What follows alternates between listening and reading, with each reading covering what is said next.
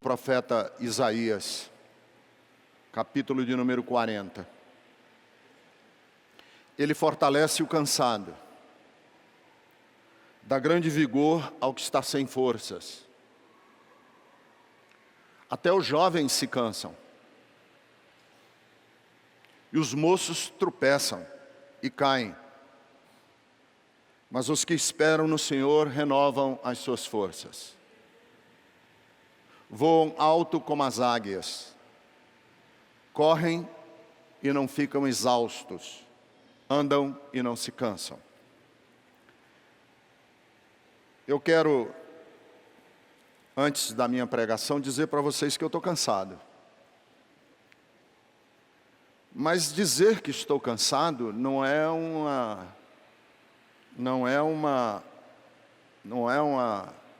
autocomiseração. Estou cansado porque a Bíblia me diz que Ele fortalece o cansado. Ora, se Deus fortalece o cansado, para eu ter força de Deus, o primeiro passo é admitir que está cansado. Porque Deus não vai dar força porque é forte. Não precisa, Ele já é forte. Ele dá grande vigor ao que está sem forças. E eu quero admitir para vocês hoje que eu estou sem forças, depois de 25 anos. E admito para vocês que estou sem forças, não como um sinal de debilidade, ou de, como eu disse, de autocomiseração. Eu estou sem forças porque eu preciso que o Senhor renove as minhas forças. E Deus só renova as forças daquele que admite que está sem forças. Esse é o primeiro passo. Deus só pode perdoar aquele que admite que é pecador. Os sãos não precisam de médico. Quem precisa de médico é o doente. E eu quero dizer para vocês que nesses 25 anos, eu preciso muito que o Senhor renove as minhas forças. Ontem, quando passou o vídeo da minha fala, ontem foi a noite em que eu e a Jerusa falamos, aqui no vídeo. Hoje foram os pastores. Que eu me vi projetado ali na tela, eu nem reconheci o velho que está lá. Sério, eu fiquei me beliscando, eu falei, sou eu esse velho? Não é possível que eu tenha envelhecido tanto.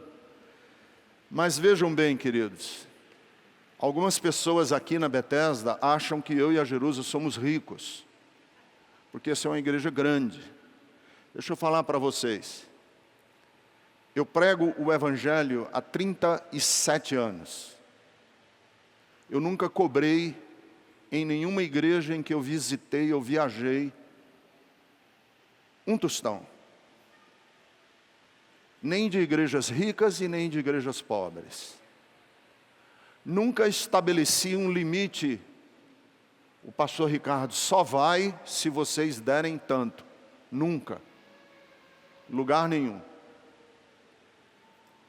E olha que eu já viajei bastante. Eu só sou dono do apartamento que moro, que é um belo apartamento. Mas a história desse apartamento tem uma história. Eu só moro lá porque uma pessoa, membro da Igreja Bethesda, a quem eu presto a minha gratidão hoje, porque senão a gente não moraria lá, a Raquel, a Mirella, que trabalhava numa imobiliária, facilitou, tirou todas as comissões e tirou um monte de coisa e ajeitou com o proprietário e com o dono para que a gente pudesse morar onde eu moro. É a única coisa que eu sou dono na minha vida. Eu não tenho um tostão poupado, guardado. Nenhum. Eu não sou dono do carro que dirijo, porque o carro, a maior parte ainda é do banco. Eles é que são os donos, eu só sou o que dirijo para cima e para baixo. Está alienado ao banco. E há 35 anos, 34 para ser exato, que eu sou pastor na Bethesda. Bethesda vai completar 35 anos lá no Ceará. Há 34 eu estou à frente da Bethesda. Eu não me lembro, nesses 34 anos, que a gente tenha tido folga nas nossas finanças.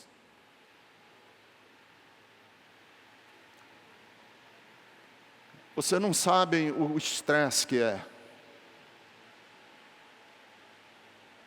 Por 34 anos, está no beliscão. Se você me der um beliscão, eu aguento. Mas se você beliscar aqui a minha barriga durante 34 anos, eu vou chiar. Eu vou pedir para você parar. Faz 34 anos que nós estamos no beliscão financeiro. Oferta do domingo não chega na sexta-feira. Há 34 anos. Dando passos maiores do que as nossas pernas. Leia o texto que eu escrevi para o boletim. Na dependência da boa vontade das pessoas, do amor das pessoas. Então eu chego pedindo a Deus que renove as minhas forças. Eu acho que isso se você é pai, se você é pequeno empresário no Brasil, se você é funcionário público, se você é dona de casa, se você é aposentado ou aposentada, você sabe o que eu estou dizendo. Cansa. Viver no Brasil cansa.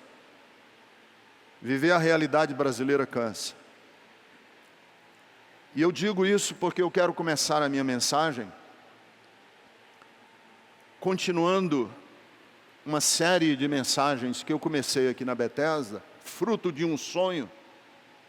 Também não quero espiritualizar, mas eu sonhei que no meu sonho eu preparava um sermão com a pergunta que foi feita ao Rubem Alves: você acredita em Deus? E no meu sonho eu preparava o sermão. Me perguntaram se eu acredito no inferno, era o meu sonho. E eu então preparei um sermão que preguei aqui, já são 4 mensagens que eu preguei aqui na Bethesda, em cima dessa pergunta. Me perguntaram se eu tenho medo, ou se eu acredito no inferno, e eu preguei. Depois eu preguei outra. Me perguntaram se eu tenho medo de Deus. Eu preguei. Depois preguei outra. Me perguntaram se eu tenho medo de maldição. Preguei. Me perguntaram se eu acredito no destino. Preguei. E hoje eu quero pregar em cima disso que estou falando para vocês. Me perguntaram, nessa mesma série, se ainda acredito na igreja. Porque me perguntam isso. E a pergunta, a chave dessa frase é ainda. Me perguntaram se ainda acredito na igreja. Porque eu quero fazer essa pergunta para você hoje pela manhã. Você ainda acredita na igreja? Como texto base da minha mensagem hoje, é Hebreus capítulo de número 10, versículos do 19 ao 25. Hebreus capítulo 10, carta, a epístola, é uma carta da Bíblia aos Hebreus. No capítulo de número 10, diz assim: tendo, pois, irmãos, ousadia para entrar no santuário pelo sangue de Jesus, pelo novo e vivo caminho que Ele nos consagrou, pelo véu, isto é, pela sua carne, e tendo grande sacerdote sobre a casa de Deus, cheguemo-nos com verdadeiro coração e inteireza ou inteira certeza da fé, tendo os corações purificados de uma má consciência e o corpo lavado com água limpa, retenhamos firmes a confissão da nossa esperança, porque fiel é o que prometeu. E consideremo-nos uns aos outros, para nos estimularmos ao amor e às boas obras, não abandonando a nossa congregação, como é costume de alguns, antes admoestando-nos uns aos outros, e tanto mais, quando vedes que vai se aproximando aquele dia. Não abandonando, não deixando a nossa congregação, como é costume de alguns. Nos dias da igreja primitiva já era comum o desgaste da igreja. As pessoas estavam abandonando a igreja. Agora, eu admito que a igreja, como instituição, está desgastada. Aliás, no Brasil, várias instituições estão sob júdice. Não é necessário dizer que o executivo está sob júdice. Está debaixo de grande suspeita. E o executivo não só federal. O executivo estadual e o executivo municipal estão sob júdice. Estão sob júdice as nossas diferentes câmaras e assembleias. Câmara dos Vereadores, Assembleia Estadual, a Câmara dos Deputados Federal. A Câmara dos Deputados do Federal nem precisa dizer. Todos os dias é um desgaste maior. Estão sob júdice os nossos diversos tribunais, os juízes, os desembargadores, os ministros das diferentes instâncias do judiciário estão sob suspeita. E entre as instituições que estão sob suspeita está, obviamente, a igreja. A igreja sofre um desgaste muito grande no Brasil. E o primeiro grande desgaste que a igreja sofre é um desgaste de credibilidade. Falta-nos credibilidade. Nós falamos, mas poucos ouvem. E poucos ouvem não porque eles não estão dispostos a ouvir. Poucos ouvem porque o nosso testemunho é ruim. A igreja tem um péssimo testemunho hoje no Brasil. E vejam bem, a única riqueza que uma igreja pode desejar é a sua riqueza ética. Porque se a sua riqueza ética desce no ralo, no esgoto, nada mais sobra para uma igreja. Essa fala não é minha, é de Jesus no Sermão do Monte. Quando ele disse, vocês são o sal da terra. Mas se o sal perder o seu sabor, como poderá ser restaurado? Não serve mais para nada um sal que não salga, exceto para ser jogado fora e pisado pelos homens. A fala de Jesus é dura, é pesada. Então eu não preciso repassar com vocês e nem espezinhar.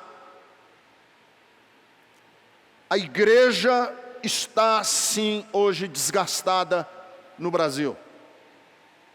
Somos uma das instituições mais conhecidas pela sua intolerância, pela sua homofobia, pela sua atitude raivosa e preconceituosa. Não sabendo que nós estamos reproduzindo em tempo real a igreja de Laodiceia, no livro do Apocalipse. Você é rica, você é soberba, e nunca, na história desse país antes, houve igrejas tão ricas como temos hoje.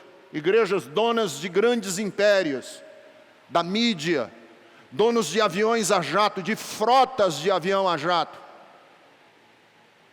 donas de inúmeras rádios, igrejas que estão disputando o grande mercado com grande capital. Mas a sentença que repousa sobre a igreja de Laodiceia é: embora você seja rica, você não sabe que você é cega, está nua, é pobre diante de Deus. Me perguntam se ainda acredito na igreja, diante de tanto desgaste. Mas existe um segundo desgaste, que é o desgaste não de credibilidade, o desgaste da teologia. O que fazer de uma instituição que transformou o culto em show, em espetáculo? Que a liturgia hoje gira em torno de superastros da música. O que dizer de uma instituição que transformou a mensagem do pobre carpinteiro de Nazaré num truque, num macete de como ficar rico? O que dizer de uma teologia que depende do diabo para dar certo? O que dizer de uma teologia que só mantém o seu auditório e só consegue arrecadar, e a gente sabe isso aqui na Bethesda, se promover culpa e ameaça de maldição? O que dizer de uma teologia que repete, sem atinar o porquê, as mesmas lógicas do fatalismo? O que dizer de uma teologia que transfere para o campo sobrenatural, de anjos e de demônios, responsabilidades que são nossas, humanas? Esse desgaste teológico que transformou muitos cultos em sessões de feitiçaria, são responsáveis por um desgaste tremendo que o mundo evangélico sofre no Brasil. Mas ainda existe um terceiro que agora é muito mais recente, que é o desgaste político partidário. A igreja parece que não aprendeu com a história, e eu digo a igreja do meu dia e do seu dia. A igreja não aprendeu com a história, e alguém já disse que quem não aprende com a história está fadado a repeti-la de uma maneira trágica. Todas as vezes na história que a igreja se misturou com política, ela se deu mal. Você diz, mas a igreja não tem uma vocação política? Tem. Mas a nossa vocação política é uma vocação política com P maiúsculo, nunca com P minúsculo. O P minúsculo é a política partidária, é a política que luta pela conquista do poder. E todas as vezes que a igreja se meteu com a política partidária, política com P minúsculo, ela se sujou mais do que os outros. Política com P maiúsculo é a nossa vocação. O que é a política com P maiúsculo? É nos importarmos com os processos de injustiça. É nos revoltarmos como agentes sociais e cidadãos com tudo aquilo que conspira contra a vida.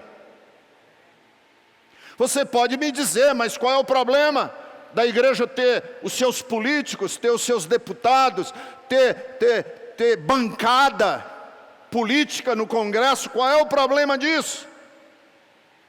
O problema disso, primeiro, é que toda política é volátil. A política tem por si mesmo, na sua origem, o fato dela ser instável, impermanente. Os acordos fechados hoje podem não se manter amanhã. O político que é aplaudido hoje, amanhã ele é apedrejado. E quando a igreja se mete em política partidária, a igreja negocia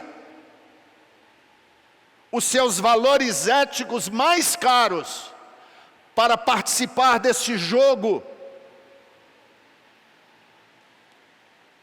A igreja tem que ser livre para poder ser profética. É desnecessário dizer que no Brasil de hoje, a bancada evangélica dos deputados evangélicos é uma das mais sujas e uma das que tem mais processos no Supremo Tribunal Federal. Por quê? Porque se aliou às questões menores e se sujou. Inclusive nós temos agora, recentemente, denúncias de que igrejas estavam sendo usadas para lavar dinheiro sujo de político. Isso mancha a nossa credibilidade, isso mancha o nosso testemunho. Esse é o sal que perdeu o seu sabor. Aí você me pergunta e diz, pastor, mas você ainda crê na igreja? Porque me perguntaram, você ainda crê na igreja depois de 34 anos à frente da Bethesda e 25 à frente da Bethesda em São Paulo? Ainda crê na igreja? Creio. Eu creio na igreja institucional. E deixa eu dizer por que eu creio na igreja e por que eu estou na igreja e por que eu sou pastor da igreja. Prestem atenção no que eu vou lhes dizer. Eu não sou pastor por falta de opção profissional. Eu não sou pastor por falta de opção financeira. Eu tenho consciência de que eu poderia e seria bem-sucedido em qualquer área profissional que eu me envolvesse. Não estou me jactanciando, eu não estou me gabando em público. Eu só estou querendo dizer que só estou na igreja porque eu creio nela. Porque eu acredito no projeto da igreja. E mais, eu acredito no projeto da igreja a partir da Bethesda. Por isso é que eu sou pastor na Bethesda. Por que que você acredita no projeto da igreja, pastor? E por que que você se desgasta e cansa e se fadiga e tem que pedir a Deus que renove as suas forças? Deixa eu lhe dizer por quê. Porque eu ainda creio que a igreja é e pode ser uma das últimas barreiras contra o avanço do mal. Ainda creio na igreja, Porque a igreja pode ser uma das últimas barreiras contra o avanço do mal.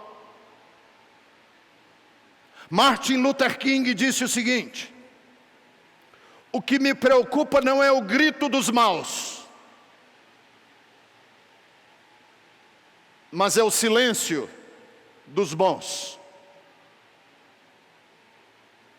A frase está corretíssima, exata. Por que eu ainda creio na igreja? Porque eu vejo o avanço do mal.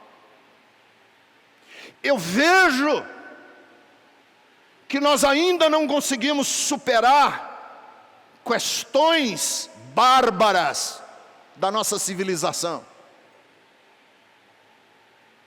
Que se nós não cuidarmos, o mal é um câncer que cria metástase no organismo social e devasta a sua casa, devasta as nossas instituições. O mal se alastra, cria tentáculos. É uma serpente de várias cabeças, que você não adianta cortar só uma cabeça.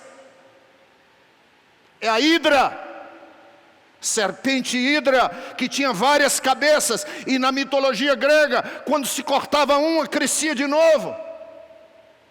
Esse é o mal. Por isso que Edmund Burke disse o seguinte: tudo o que é necessário para o triunfo do mal é que os homens de bem não façam nada. Tudo o que é necessário para o avanço do mal é que homens e mulheres de bem não façam nada. Cruze os braços, deixa acontecer para ver como é que fica. E você vai ver que nós vamos nos transformar num mundo parecido com o mundo de Mad Max, com Gotham City do Batman. Nós vamos nos tornar numa civilização bárbara. Basta que nós não façamos nada. Uma das barreiras, uma não é a barreira, uma das barreiras contra o avanço do mal ainda é a igreja do nosso Senhor Jesus Cristo, que foi lavada no seu sangue e que acredita que pode se levantar contra o avanço do mal. Prestem atenção. Eu já preguei isso aqui e vou repetir. Por que é que vocês acham que Sodoma e Gomorra, que eram duas cidades vizinhas, gêmeas, foram destruídas? Por que é que vocês acham que Deus destruiu com fogo e com enxofre, na narrativa bíblica, duas cidades que são conhecidíssimas como símbolos do mal? Sodoma e Gomorra. Por quê? Porque elas eram perversas? Porque eram cidades libidinosas? Porque eram cidades devassas? Não. Não, não e não. Já houve na civilização humana cidades e culturas mais devassas, mais libidinosas, mais cheias de soberba do que Sodoma e Gomorra. A Roma de Nero, civilizações que sacrificaram crianças aos deuses. A Babilônia, foram civilizações muito mais perversas do que Sodoma e Gomorra. E aí fica a pergunta: por que que Deus destruiu com Sodoma e Gomorra? Deixa eu responder para vocês. Está no texto, talvez você não tenha percebido. Deus destruiu Sodoma e Gomorra porque lá não havia 10 justos. 10 justos. Lembram da barganha de Abraão com Deus?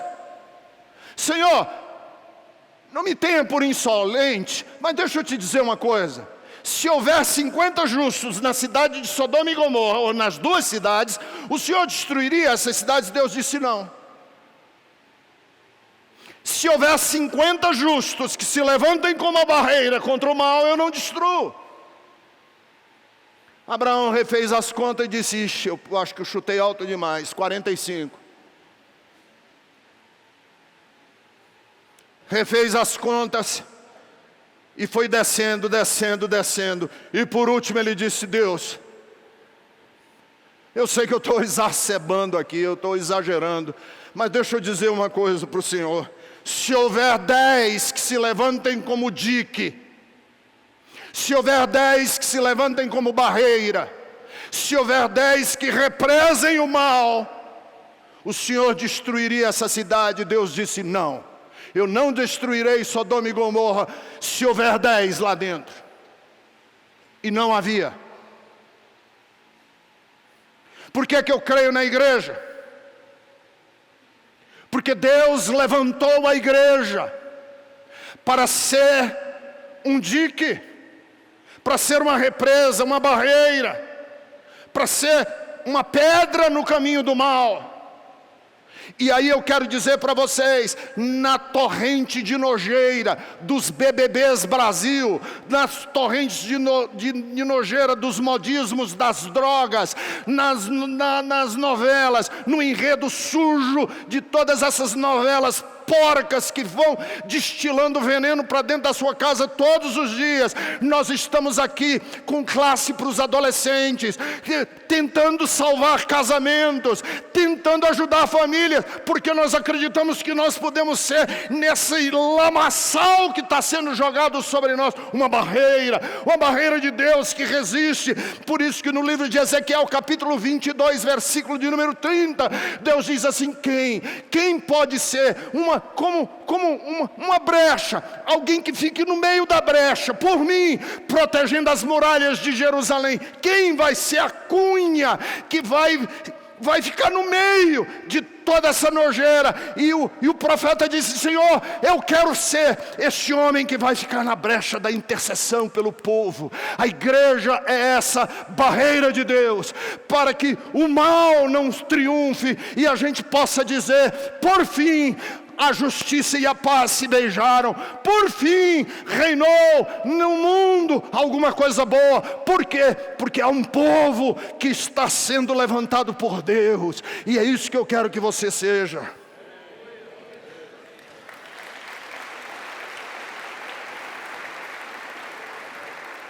Você pode me dizer assim: pastor, mas você está querendo mudar o mundo?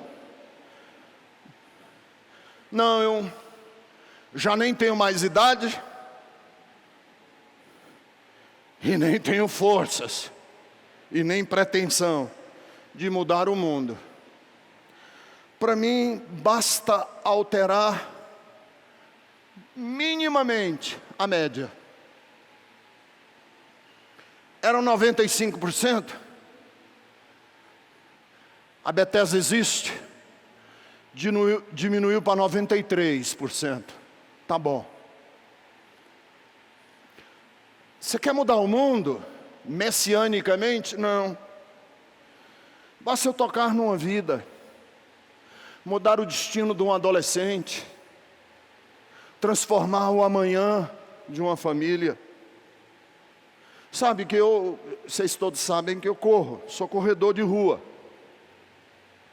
Eu corro muito pela rua mesmo, pelas calçadas.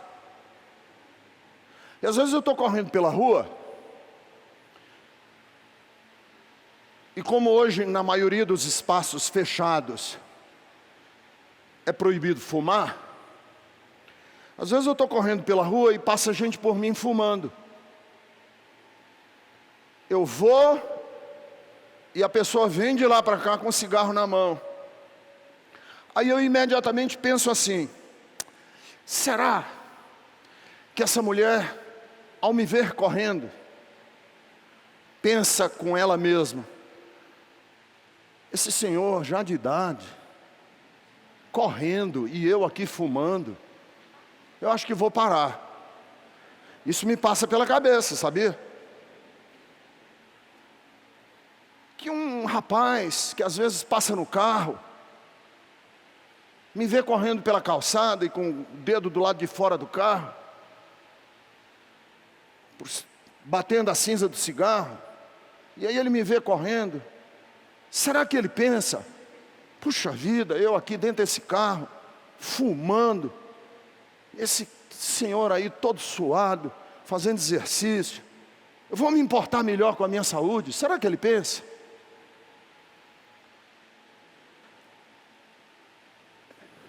Ao longo desses anos todos, nunca ninguém me disse que o fato de eu correr mudou ninguém. Mas não importa. Vou continuar correndo. Primeiro porque eu gosto. E se porventura influenciar umzinho sequer, tá bom, porque eu não estou correndo para influenciar, eu estou correndo porque gosto. Eu acho que esse é o papel da igreja. Lembram da parábola do semeador? O semeador saiu a semear, capítulo 13 de Mateus. Ele saiu a semear, estava com a aljava dele, estava com o bornel dele cheio de semente. Ele metia a mão na semente e jogava. E aí Jesus disse, parte da semente caiu nas pedras. Parte da semente caiu em terreno pedregoso. Parte da semente caiu em terreno cheio de espinhos. E parte das sementes caiu no bom terreno, que frutificou. Por que Jesus diz isso? Porque ele diz o seguinte, igreja, joga semente, não se incomoda se vai influenciar, se não vai. Faça. Mas por que fazer? Porque vale a pena. Porque vale a pena. Ricardo, você crê na igreja? Creio. Deixa eu dizer, por que eu creio na igreja? Segundo lugar, eu creio na igreja, ainda creio na igreja, porque eu acredito que nós precisamos de ilhas de comunidade. Ilhas de comunidade. Por que ilhas de comunidade? Porque a nossa sociedade brasileira se tornou essencialmente uma sociedade urbana. O que é urbano? Urbano é um mundo que vive na grande cidade e que, por viver na grande cidade, sofre as implicações do que não é nem uma grande cidade, São Paulo. São Paulo é uma mega cidade. Há estudos de que breve, não muito tarde, São Paulo vai se juntar a Campinas. Porque são tantas pequenas cidades entre São Paulo e Campinas que estão crescendo, e essas cidades vão crescer tanto que não haverá mais São Paulo e Campinas, vai haver só uma enorme megalópole entre aqui e lá. São Paulo, Jundiaí, Valinhos, vão juntar tudo, vai ser uma grande, como é hoje São Paulo e São Bernardo, São Paulo e São Caetano, a gente nem sabe mais quando saiu de uma entrou na outra, São Paulo e Diadema. E viver numa megalópole é viver num mundo que você tem que se proteger, porque você nunca sabe quem é o outro que está do seu lado. E aí nós vivemos num mundo individualista, individualizado, ensimesmado, que a gente não conhece o vizinho que mora no apartamento do lado, que a gente não conversa com ninguém dentro do trem, que a gente não conversa com ninguém dentro do ônibus, e a gente xinga o outro no carro, porque é o lugar mais individualista que tem, é dentro do carro. E se a gente não tomar cuidado, no meio de tanta gente, a gente acaba um solitário no meio da multidão. Para muita gente, a igreja é a oportunidade do seu círculo de amigos. Aqui, nesses 25 anos, muita gente encontrou o parceiro com que ia casar. Aqui, por causa da Betesda, Você conheceu o amigo que forma a sua, entre aspas, patota. Por que eu ainda creio na igreja? Porque numa sociedade tão individualista, é uma chance que nós temos de criar comunidade e de gerar em nós amor ao outro. Como a gente ia se lembrar de trazer alimento para uma família necessitada, se a gente não fizesse isso aqui nos cultos de Santa Ceia? Primeiro culto do domingo de manhã e no terceiro domingo, no domingo à noite. 1 quilo de alimento, uma lata de óleo, um pacote de alguma coisa.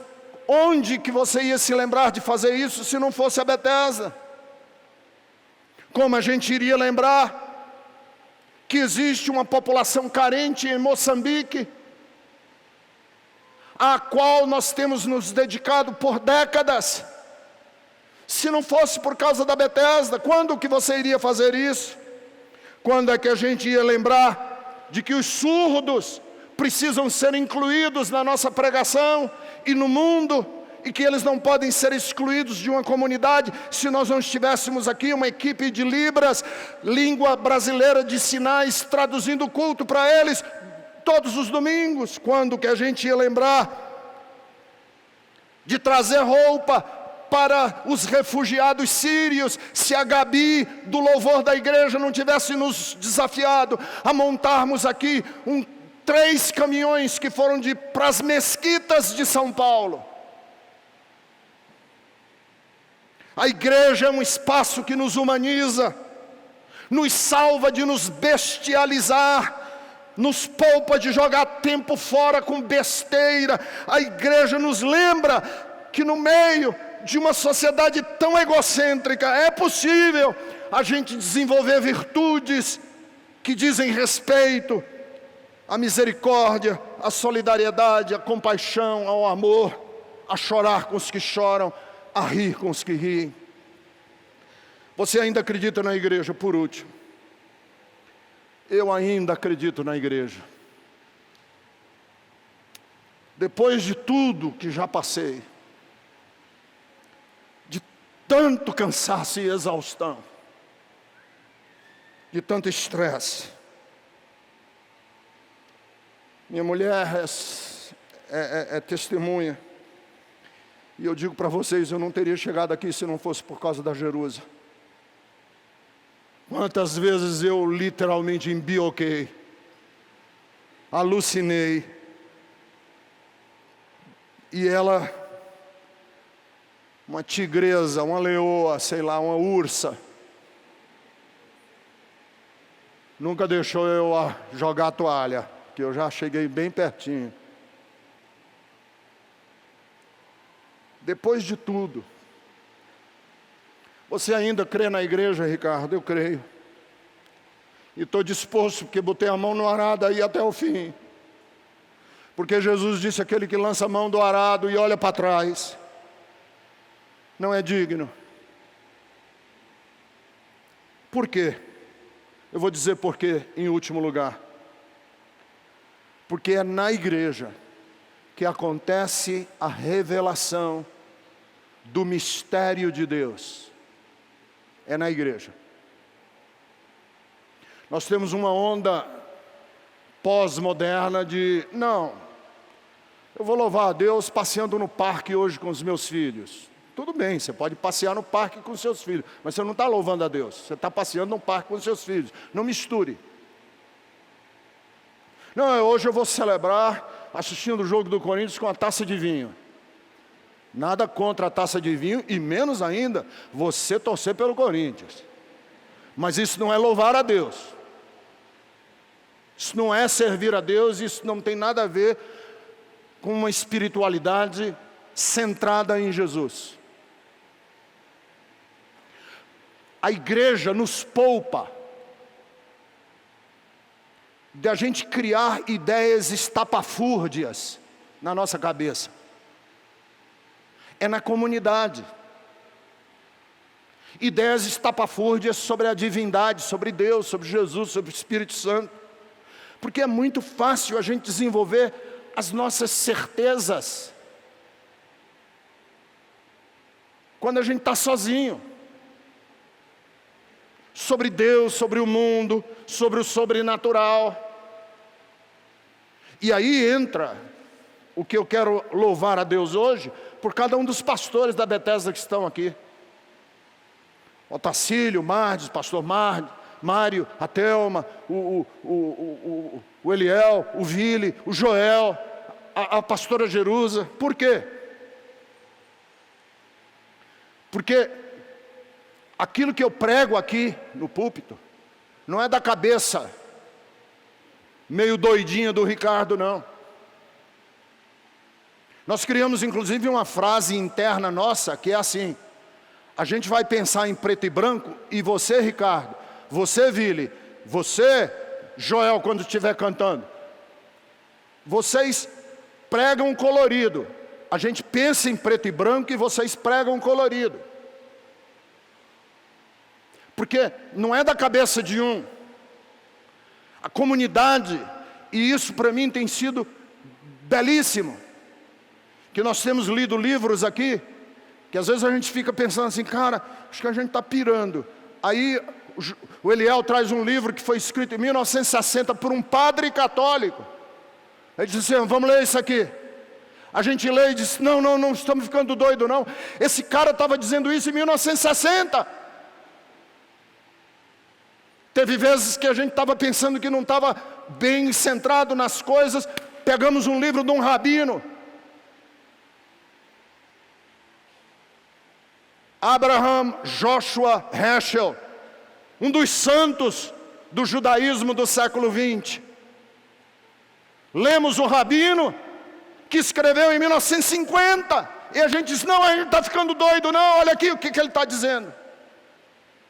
Pegamos teólogos protestantes, que escreveram em 1930, 1935, chamamos o Rubem Alves para vir aqui na Bethesda, sentamos com o Frei Beto, chamamos o Jung Mossung para conversar com a gente, conversamos até com ateus, para confrontar as coisas que a gente... Não estamos criando uma coisa sozinho, é na comunidade dos pensamentos, é na democracia do saber que a gente cresce, e por isso eu creio na igreja, porque a igreja poupa você de ir por caminhos loucos, poupa você de pensar. A Bíblia diz na carta que Pedro escreveu, nenhuma profecia é de particular interpretação.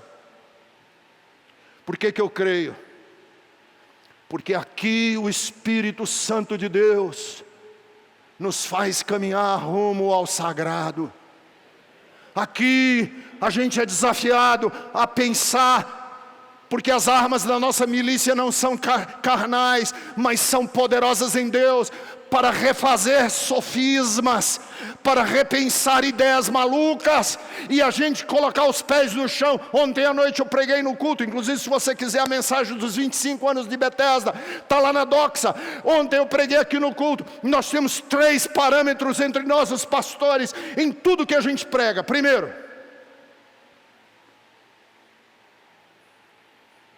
está de acordo com Jesus de Nazaré?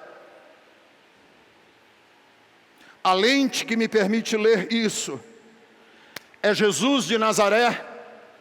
Segundo, essa visão que nós estamos tendo embeleza ou enfeia a Deus? Terceiro, isso que nós estamos dizendo tem conexão com a vida? Se passar nessas 3 peneiras, vamos pensar. Tem a ver com Jesus de Nazaré? Porque havendo Deus outrora falado de várias maneiras, nesses últimos tempos, tem nos falado através do seu Filho, a quem Ele constituiu herdeiro de todas as coisas. Tem a ver com Jesus de Nazaré? Segundo, é uma visão que embeleza ou enfeia a Deus? Terceiro, tem conexão com a vida? Se não tem conexão com a vida, se enfeia a Deus, e se não tem nada a ver com Jesus de Nazaré, nós estamos fora. Mas se tem conexão com a sua vida, se conecta você com a realidade da vida, se traz para nós uma visão terna, boa, do Deus que é amor, de João, 1 de João capítulo 4. E se é de acordo com Jesus, porque nunca ninguém viu Deus, mas o unigênito do Pai nos tem revelado quem Deus é. Se nessas 3 peneiras a Betesda passa, você é convidado a fazer parte dessa comunidade e não desenvolver uma espiritualidade na sala de estar da sua casa, porque é aqui que o Espírito de Deus vai revelar o caminho que nós vamos tomar nos próximos 25 anos.